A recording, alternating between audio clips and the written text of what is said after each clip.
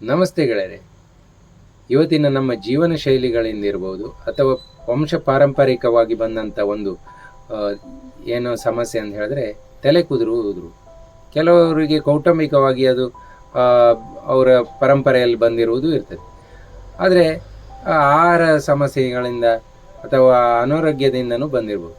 ಇದು ಅಂದೇಳಿದ್ರೆ ತಲೆ ಕೂದಲು ಉದುರುವುದು ಅದು ಒಂದು ದೊಡ್ಡ ಸಮಸ್ಯೆಯಾಗಿ ಕಾಡ್ತೈತೆ. ಅದು ಬಾಲಕರಲ್ಲಿಯೂ ಇದೆ, ತರುಣರಲ್ಲೂ ಇದೆ, ಹಿರಿಯರಲ್ಲೂ ಇದೆ, ಮತ್ತು ಪುರುಷ ಮತ್ತು ಮಹಿಳೆಯರಲ್ಲೂ ಇದೆ. ಇದಕ್ಕೆ ಒಂದು ಬೇರೆ ಬೇರೆ ಔಷಧಿಗಳನ್ನು ಸಹ ಮಾಡಿರ್ತಾರೆ, ಶಾಂಪುಗಳನ್ನು ಹಾಕ್ತಾರೆ. ಯಾವುದರಿಂದಲೂ ಪರಿಹಾರ ಸಿಗದೇ ಇರೋದು ಜಾಸ್ತಿಯಾಗಿದೆ. ಅದಕ್ಕೆ ಒಂದು ಹಿಂದೆ ಪುರಾತನದ ಕಾಲದಿಂದಲೂ ಒಂದು ಬಾಲಯ ಮುದ್ರೆ ಅಂತ ಹೇಳಿ ಒಂದು ಮುದ್ರೆ ಇದೆ. ಅದನ್ನು ಹೇಗೆ ಮಾಡಬೇಕಂತ ಹೇಳಿದ್ರೆ, ನಮ್ಮ ಕೈಯ ಬೆರಳುಗಳನ್ನು ಈ ರೀತಿ ಮಡಚಿಕೊಂಡು ಈ ನಮ್ಮ ಉಗುರಿನ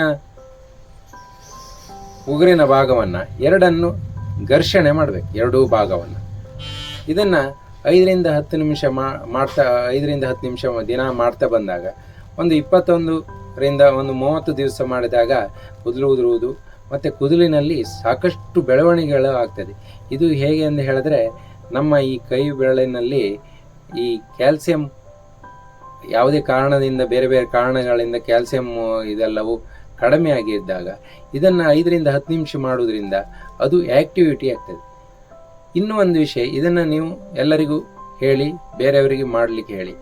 ಆದರೆ ಈ ಮಹಿಳೆಯರಾದರೆ ಈ ಸಮಸ್ಯೆ ಇದ್ದಿದ್ದರೆ ಹೆಬ್ಬೆರಳನ್ನು ಈ ರೀತಿ ಘರ್ಷಣೆ ಮಾಡೋದು ಬೇಡ.